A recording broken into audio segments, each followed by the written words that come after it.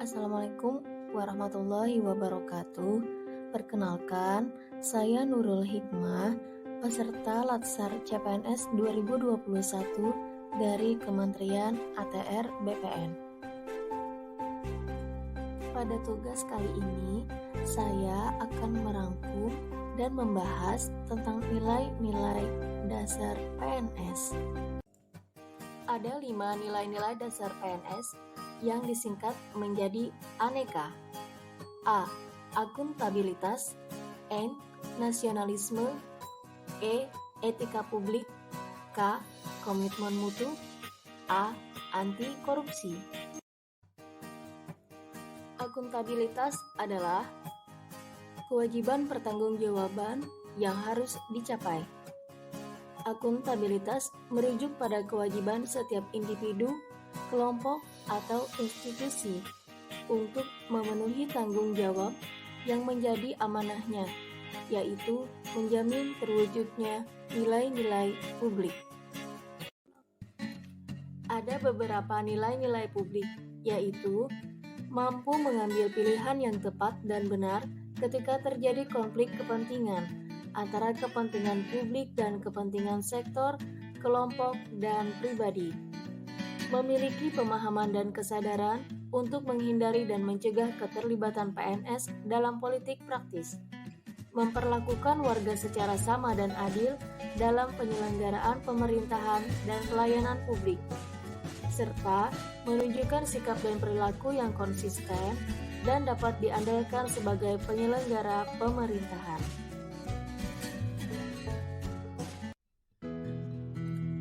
Aspek-aspek akuntabilitas.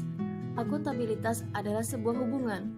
Hubungan yang dimaksud adalah hubungan dua pihak antara individu atau kelompok atau institusi dengan negara dan masyarakat. Akuntabilitas berorientasi pada hasil. Hasil yang diharapkan dari akuntabilitas adalah perilaku aparat pemerintah yang bertanggung jawab, adil, dan inovatif. Akuntabilitas membutuhkan adanya laporan. Laporan kinerja adalah perwujudan dari akuntabilitas. Dengan memberikan laporan kinerja, berarti mampu menjelaskan terhadap tindakan dan hasil yang telah dicapai oleh individu atau kelompok atau institusi, serta mampu membuktikan hasil dari proses yang telah dilakukan. Akuntabilitas memerlukan konsekuensi. Artinya, akuntabilitas adalah kewajiban.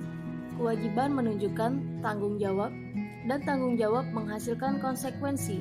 Konsekuensi tersebut dapat berupa penghargaan atau sanksi. Yang terakhir, akuntabilitas memperbaiki kinerja.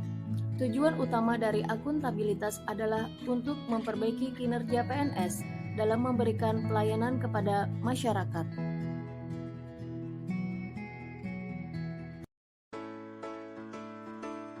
Akuntabilitas publik memiliki 3 fungsi utama, yaitu peran demokrasi untuk menyediakan kontrol demokratis, peran konstitusional untuk mencegah korupsi dan penyalahgunaan kekuasaan, dan peran belajar, yaitu untuk meningkatkan efisiensi dan efektivitas.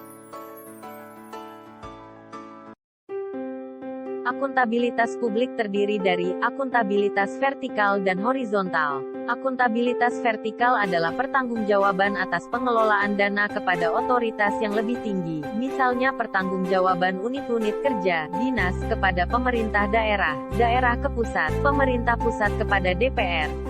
Akuntabilitas horizontal adalah pertanggungjawaban kepada masyarakat luas.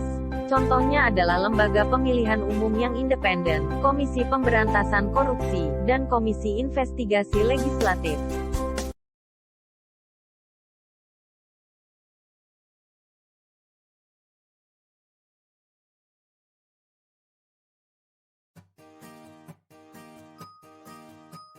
Tingkatan akuntabilitas ada 5 yaitu 1.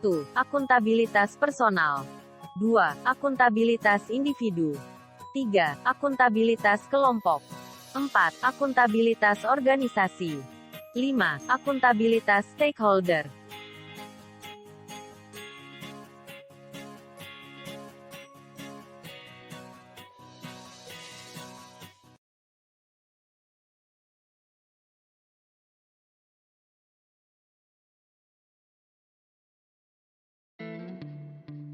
Dimensi akuntabilitas yaitu 1.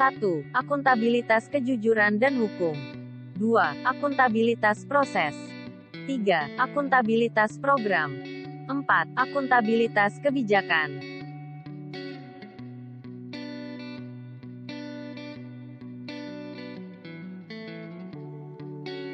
Mekanisme akuntabilitas birokrasi Indonesia. 1. Perencanaan strategis berupa RPJP, RPJM, RKP, Renstra, SKPD dan SKP untuk setiap PNS. 2. Kontrak kinerja, untuk semua PNS. Kontrak atau perjanjian kerja ini merupakan implementasi dari Peraturan Pemerintah, PP, Nomor 46 Tahun 2011 tentang penilaian prestasi kerja PNS. 3. Lakip berisi perencanaan perjanjian kinerja PD tahun tertentu, pengukuran analisis capaian kinerja serta akuntabilitas keuangan.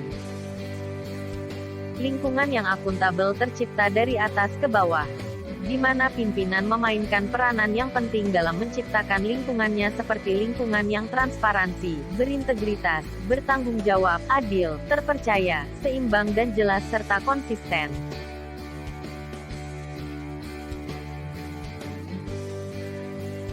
5 langkah dalam framework akuntabilitas. 1. Tentukan tujuan dan tanggung jawab. 2. Rencanakan apa yang akan dilakukan untuk mencapai tujuan. 3. Lakukan implementasi monitoring kemajuan. 4. Berikan laporan secara lengkap. 5. Berikan evaluasi dan masukan perbaikan.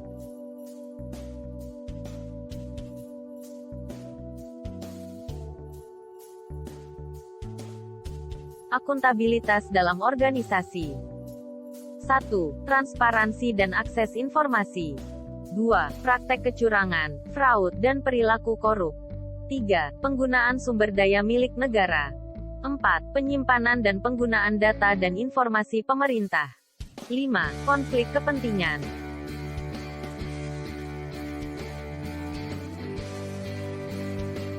PNS yang akuntabel adalah PNS yang mampu mengambil pilihan yang tepat ketika terjadi konflik kepentingan, tidak terlibat dalam politik praktis, melayani warga secara adil dan konsisten dalam menjalankan tugas dan fungsinya. Perilaku PNS berkaitan dengan transparansi dan akses informasi. Contohnya, PNS tidak menyalahgunakan informasi resmi untuk keuntungan pribadi atau komersial untuk diri mereka sendiri atau yang lain. Penyalahgunaan informasi resmi termasuk spekulasi saham berdasarkan informasi rahasia dan mengungkapkan isi dari surat-surat resmi untuk orang yang tidak berwenang. PNS menghindari perilaku curang dan koruptif. Seperti PNS dilarang berbuat curang dalam menggunakan posisi dan kewenangan mereka untuk keuntungan pribadinya.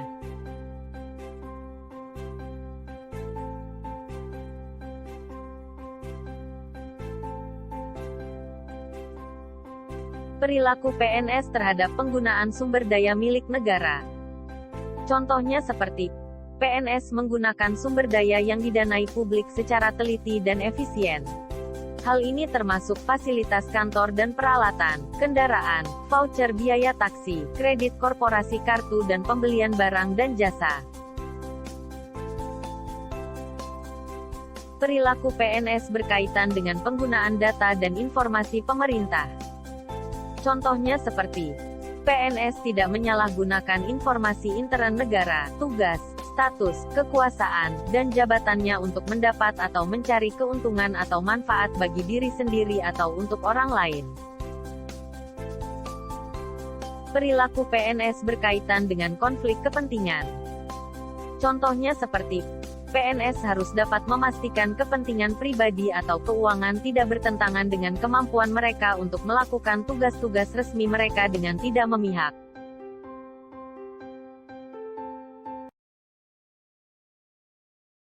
Mengambil keputusan yang akuntabel.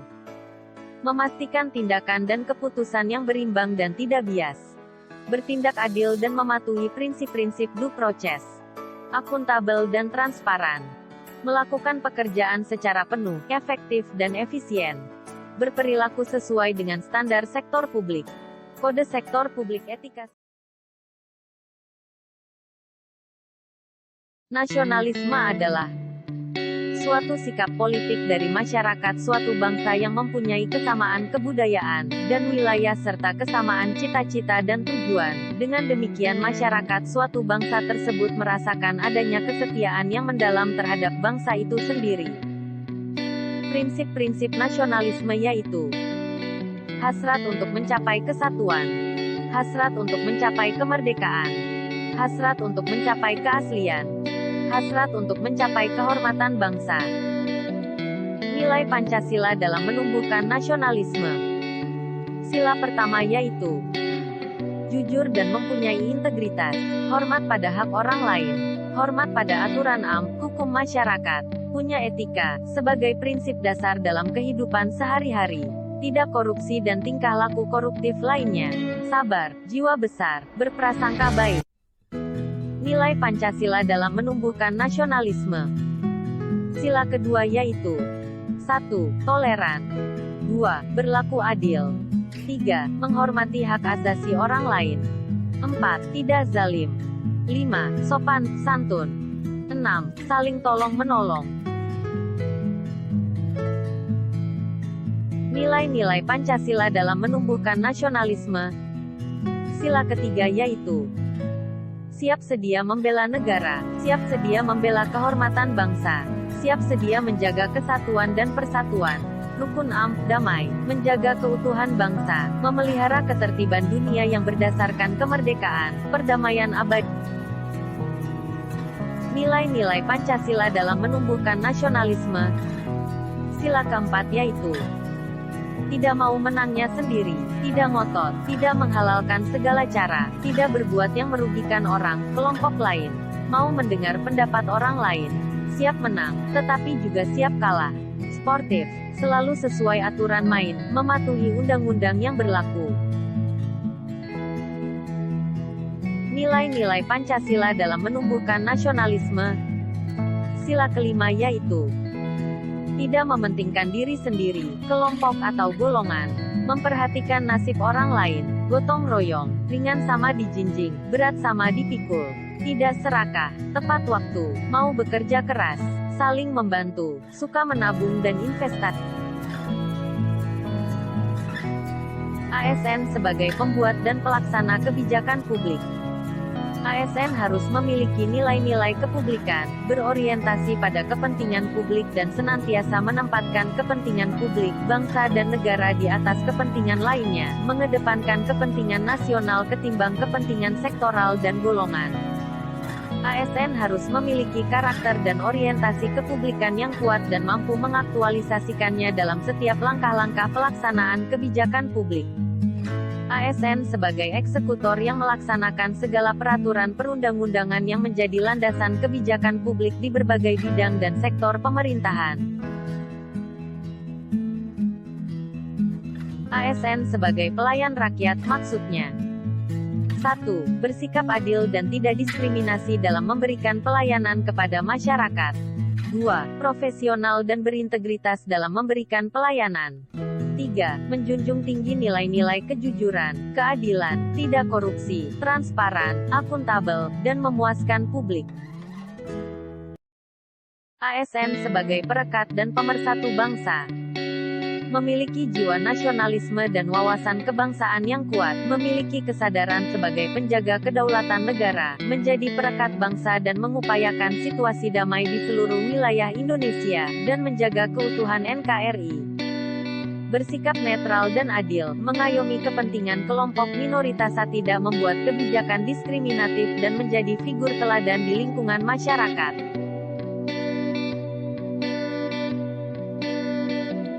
Etika publik merupakan refleksi kritis yang mengarahkan bagaimana nilai-nilai kejujuran, solidaritas, keadilan, kesetaraan, dan lain-lain dipraktikkan dalam wujud keprihatinan dan kepedulian terhadap kesejahteraan masyarakat.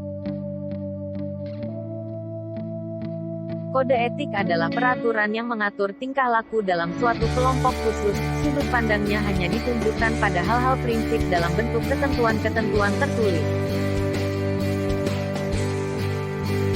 Kode etik ASN yaitu 1. Melaksanakan tugasnya dengan jujur, bertanggung jawab dan berintegritas tinggi. 2. Melaksanakan tugasnya dengan cermat dan disiplin. 3. Melayani dengan sikap hormat, sopan dan tanpa tekanan. 4. Melaksanakan tugasnya sesuai dengan peraturan perhubungan yang berlaku. 5. Melaksanakan tugasnya sesuai perintah atasan, pejabat yang berwenang sejauh TDK bertentangan dengan ketentuan peraturan perhubungan dan etika pemerintah. Kode etik ASN selanjutnya. 6. Menjaga kerahasiaan yang menyangkut kebijakan negara. 7. Menggunakan kekayaan dan BMN secara bertanggung jawab, efektif, tepat sasaran, dan efisien, optimalisasi SD. 8. Menjaga agar TDK terjadi konflik kepentingan dalam melaksanakan tugasnya. 9. Memberikan informasi secara benar dan tidak menyesatkan kepada pihak lain yang memerlukan informasi terkait kepentingan kedinasan. 10. Tidak menyalahgunakan informasi intern negara, tugas, status, kekuasaan dan jabatannya UTK mendapat mencari. Nilai-nilai dasar etika publik yaitu 1. Memegang teguh ideologi Pancasila. 2. Setia dan mempertahankan UUD Negara Republik Indonesia tahun 1945 serta pemerintahan yang sah. 3. Mengabdi kepada negara dan rakyat Indonesia. 4. Menjalankan tugas secara profesional dan tidak berpihak. 5. Membuat keputusan berdasarkan prinsip keahlian. 6. Menciptakan lingkungan kerja yang non-diskriminatif. 7. Memelihara dan menjunjung tinggi standar etika luhur. 8. Mempertanggungjawabkan tindakan dan kinerja kepada publik.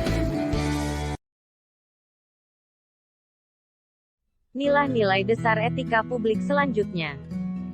9. Memiliki kemampuan dalam melaksanakan kebijakan dan program pemerintah. 10. Memberikan layanan kepada publik secara jujur, tanggap, cepat, tepat, akurat, berdaya guna, berhasil guna, dan santun. 11. Mengutamakan kepemimpinan berkualitas tinggi. 12. Menghargai komunikasi, konsultasi dan kerjasama. 13. Mengutamakan pencapaian hasil dan mendorong kinerja pegawai. 14. Mendorong kesetaraan dalam pekerjaan. Dan 15. Meningkatkan efektivitas sistem pemerintahan yang demokratis sebagai perangkat sistem karir.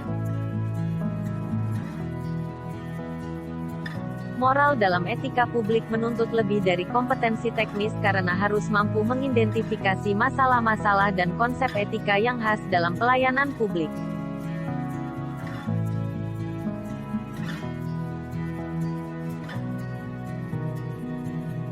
Dimensi etika publik yaitu dimensi modalitas unsur modalitas dalam etika publik yakni akuntabilitas, transparansi, dan netralitas. Dimensi tindakan integritas publik juga dimaksudkan dari pejabat publik yang sesuai nilai, standar, aturan moral yang diterima masyarakat.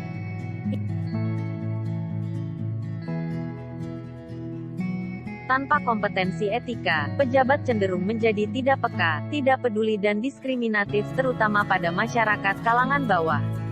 Etika publik merupakan refleksi kritis yang mengarahkan bagaimana nilai-nilai, kejujuran, solidaritas, keadilan, kesetaraan, dipraktikkan dalam wujud keprihatinan dan kepedulian terhadap kesejahteraan masyarakat atau kebaikan orang lain.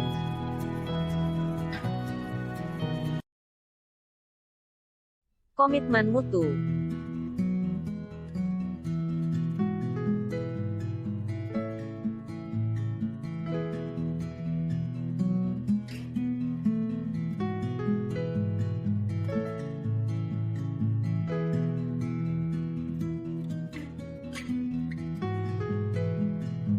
Konsep efektivitas, efisiensi, inovasi dan mutu. Efektivitas, sejauh mana organisasi dapat mencapai tujuan yang ditetapkan, atau berhasil mencapai apapun yang coba dikerjakan. Efektivitas organisasi berarti memberikan barang atau jasa yang dihargai oleh pelanggan. Richard L. Duff.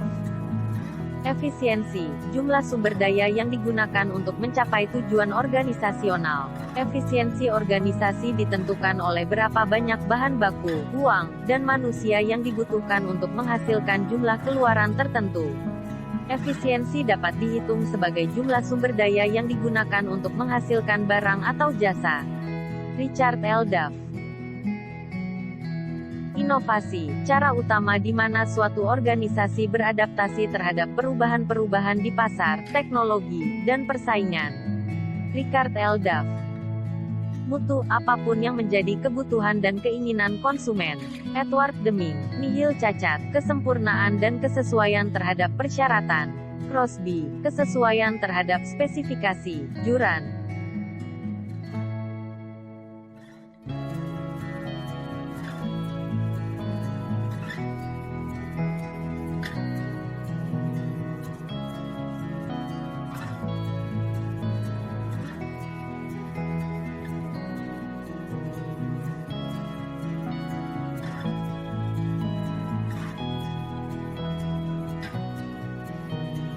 Karakteristik ideal dari tindakan yang efektif dan efisien antara lain, penghematan, ketercapaian target secara tepat sesuai dengan yang direncanakan, pekerjaan dapat diselesaikan dengan cepat dan tepat, serta terciptanya kepuasan semua pihak, pimpinan, pelanggan, masyarakat, dan pegawai itu sendiri.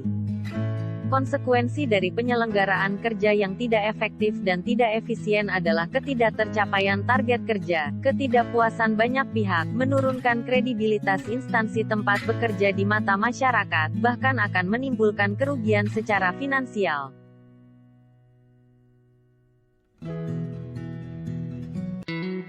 Nilai-nilai dasar orientasi mutu yaitu Manajemen mutu terpadu, Total Quality Management, TQM, terdiri atas kegiatan perbaikan berkelanjutan yang melibatkan setiap orang dalam organisasi melalui usaha yang terintegrasi secara total untuk meningkatkan kinerja pada setiap level organisasi. Goetz dan Davis 2006:6. Total Quality Management, TQM merupakan sistem manajemen yang mengangkat kualitas sebagai strategi usaha dan berorientasi pada kepuasan pelanggan dengan melibatkan seluruh anggota organisasi. Manajemen mutu harus dilaksanakan secara terintegrasi, dengan melibatkan seluruh komponen organisasi, untuk senantiasa melakukan perbaikan mutu agar dapat memuaskan pelanggan.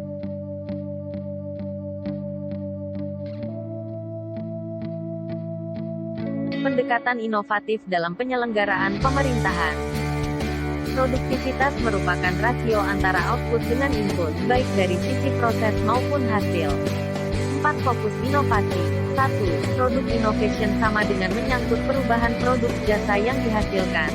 2. Process innovation sama dengan menyangkut perubahan dalam cara pembuatan, pengiriman. 3. Position innovation sama dengan menyangkut perubahan dalam konteks promosi untuk memperkenalkan produk jasa. 4. Paradigma innovation sama dengan menyangkut perubahan dalam hal mental atau kerangka organisasi.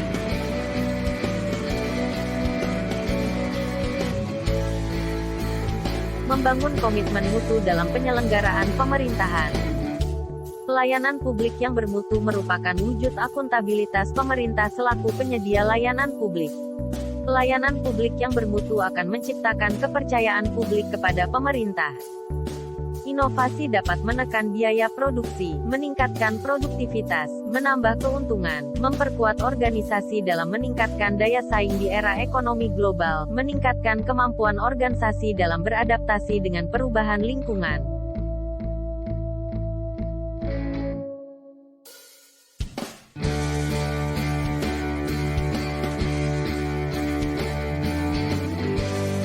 Tujuan utama pelayanan berbasis nilai-nilai mutu yaitu 1. Mengutamakan kepentingan sebagai pelanggan. 2. Menumbuhkan kepercayaan terhadap institusi pemerintah. 3. Meningkatkan kesetiaan dan kepuasan sebagai pelanggan.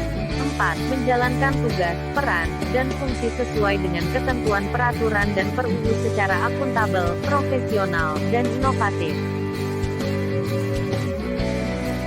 Korupsi adalah kerusakan, kebobrokan. Korupsi menurut UU 20/2001 yaitu melakukan perbuatan memperkaya diri sendiri, offline atau korporasi, melawan hukum, merugikan kun, menyalahgunakan kekuasaan.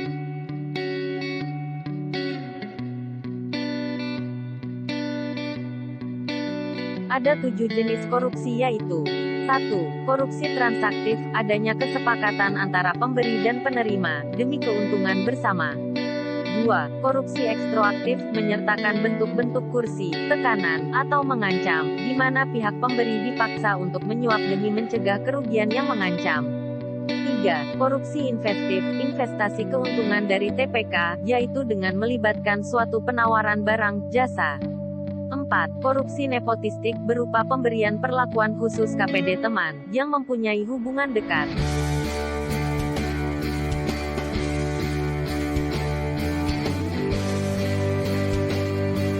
Selanjutnya, 5. Korupsi autogenik, korupsi yang dilakukan karena adanya kesempatan UTK mendapatkan keuntungan dari pengetahuan, pemahamannya.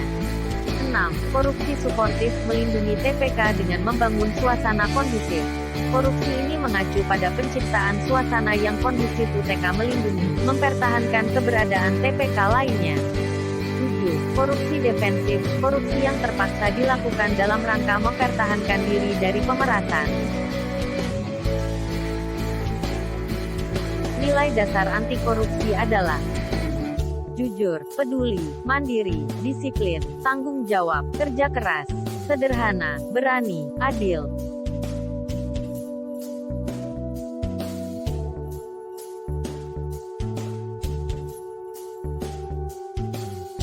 Dampak korupsi tidak hanya sekedar menimbulkan kerugian keuangan negara namun dapat menimbulkan kerusakan kehidupan yang tidak hanya bersifat jangka pendek tetapi dapat pula bersifat jangka panjang.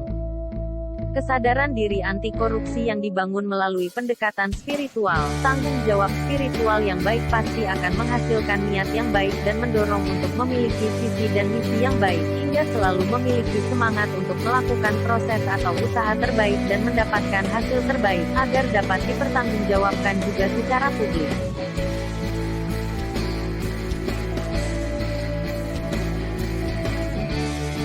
Kata kunci untuk menjauhkan diri dari korupsi adalah internalisasi integritas pada diri sendiri dan hidup atau bekerja dalam lingkungan yang menjalankan sistem integritas dengan baik.